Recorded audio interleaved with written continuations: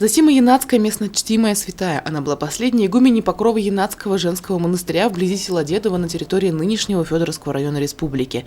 Преподобная Зосима прославилась даром прозорливости и исцеления. По словам современников, ни в одну больницу не везли столько больных, как к ней. Люди ехали к святой с территории нынешней Оренбургской области, Башкирии и ближайших регионов. Зосима лечила не только людей, но и домашних животных. Кроме того, считается, что она обладала способностями изгонять бесов, предсказывать будущее и видеть прошлые поступки людей.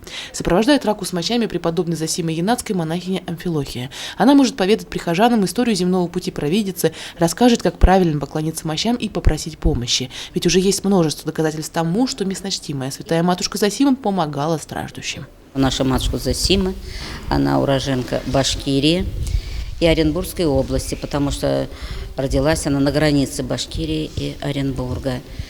Прожив на свете 115 лет, она исцеляла, Господь ей дал такую возможность, что она исцеляла все болезни.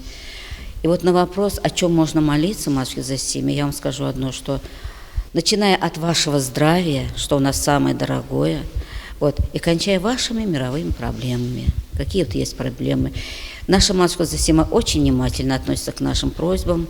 Это сильного духа была женщина, она так же, как и мы с вами, была и жена, была и мама. Но потом так сложилось, что она ушла в монастырь. Она излечивала все буквально болезни, она изгоняла бесов из людей. К ней привозили людей, одержимых бесами, даже закованные в цепи. И она не боялась этого, раскрепощала человека, давала жизнь. При жизни она ископала источник, потом она попросила у Святой Троицы благодати на эту воду. Имя Зосима в переводе с греческого означает «живой». Удивительная святая Уфимской епархии преподобная Зосима Янацкая прожила на земле 115 лет. Она родилась 1 марта 1820, а скончалась 1 марта 1935 года. В настоящее время мощи находятся на постоянном хранении в Покрово-Янацком мужском монастыре. Канонизация преподобной Зосимы в лике местночтимых святых состоялась в 2006 году.